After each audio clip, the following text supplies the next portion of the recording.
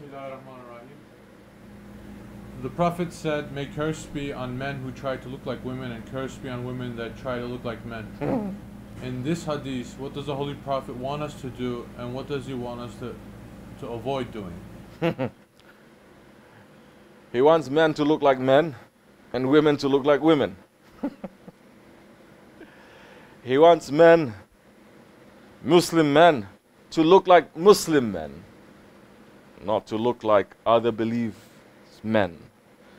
And women to look like Muslim women, not to look like women who belong to other beliefs. Yes, it's a very heavy hadith. Women don't have facial hair. Men have facial hair. Some women they may have. For that reason, it may be a wajib for them to clean it up for their husbands. Don't say now, no, Allah give me this, I have to look natural. No, natural is something else. Men who shave their faces, they're not different then from the women. And now, like what we were saying earlier, not only men they are doing it, Muslim men they're doing it, Muslim imams they're doing it, and they're being arrogant and stubborn about it, and they say, no, this is not important. This is an open hadith. And he's going to curse those ones who look like women. Like what we said before, the beard and the mustaches is a hijab for the men. It's going to make the men to understand so many things. It's going to make the man to stop from doing so many evil things. The women, now let's enter into the woman's part. Because now we see a trend that's been going around for so many years. Muslim women, they're saying we want to wear hijab, we want to dress modestly. They wear hijab, but they don't dress modestly.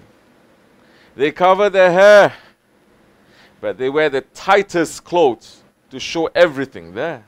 Tightest pants, tights. I've seen before Muslim women wearing tights, but wear hijab on top. Is this the meaning? This is wrong, shaitanic, egoistic meaning. Did we ever do it in 1400 years? No. It's only the past 100 years we've been doing it. We've been changing.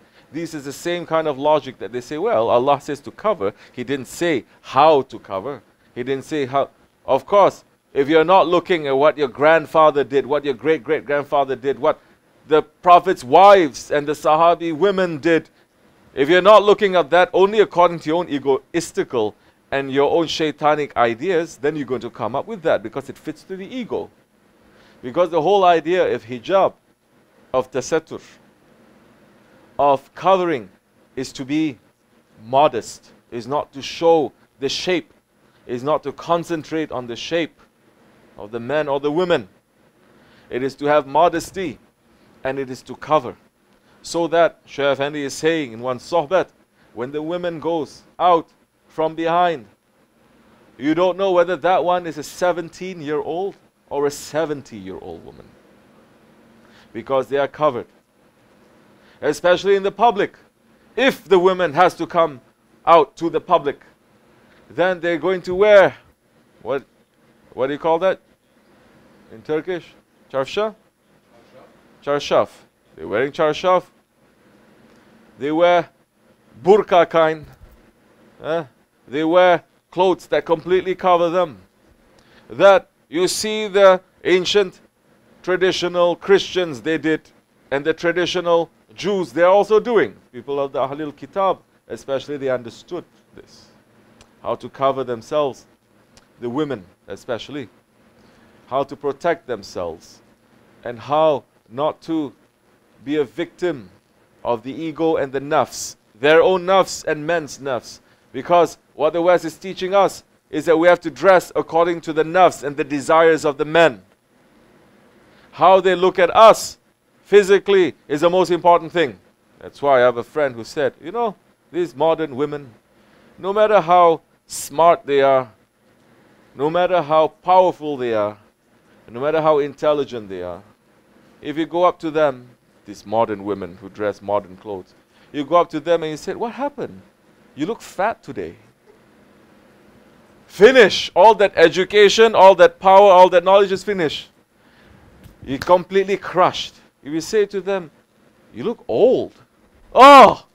They're going to kill themselves now. That means now, the most important thing that's making the man, the women, to be obsessed about is their looks, and Allah is not liking that. His Prophet is not liking that. We should not be concentrating on that. Covering up, it is to show modesty. Now, for the women, they have to cover. In these days, they're covering, but they're wearing tight, sexy clothes. That is not tasattur. That is not modesty. That is beyond modesty. And it is even worse. You're playing up according to the stereotype that for 100 years, Hollywood is putting, and finally they put out, we are doing now, isn't it? What is the stereotype of the Muslim woman? She has a veil, and she's kind of naked behind it, dancing behind the veil, covering her face, isn't it? Without knowing it, Muslim women, they are falling trapped to this. They're becoming a stereotype. All they have to do is to look back. What did their mothers, grandmothers, great-grandmothers used to look? That is how it has always been. Now, we're speaking about the women. The men, oh, you think men, they don't have that too? There's no modesty in the men? That's why we're saying earlier, Imams, they're not believing in this. How you expect the Jamaat to understand or to practice it? Imams saying, I can wear. There's some Imams, they're wearing leather jackets and leading prayers, wearing tight jeans. Hey, you are Imam. Isn't that your job? You cannot at least change a little bit? Why are you being so stubborn? Why are you being so foolish? Men, you have to wear baggy clothes. You cannot wear tight clothes. Clothes that's not going to show too.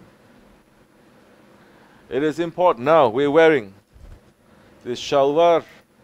We're wearing the haidariya. We're wearing the shirts. That is baggy.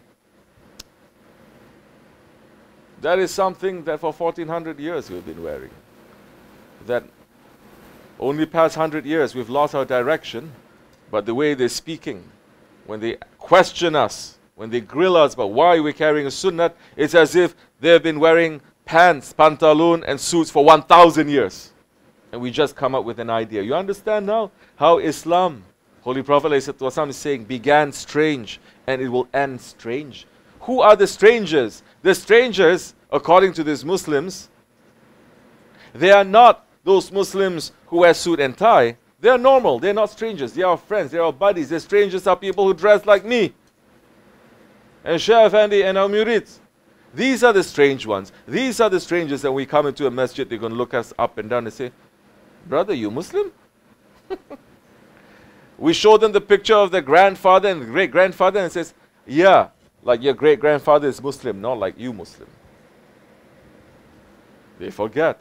Why they forget? Because it fits to their ego. It fits to Shaitan's agenda. It fits to their desires. They want to look like this. Especially now, Muslims, they're changing it. Also because of the fear. They don't want to look like Muslims.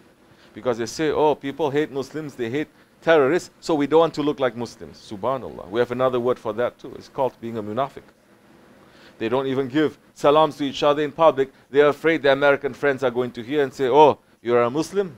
You think Allah is going to be pleased with that? Allah, Allah. So yes, this is being modest.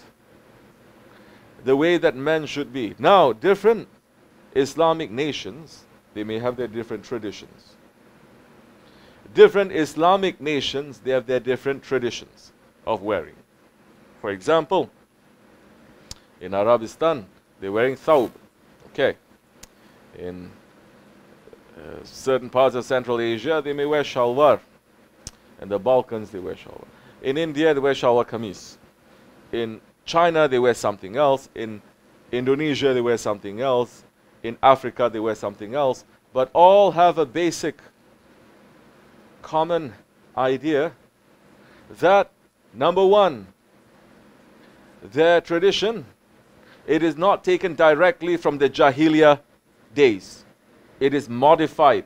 It is changed. to fit into Islam. You want to wear suit and tie? We're saying, okay, you can wear it. I'm giving you permission to wear it.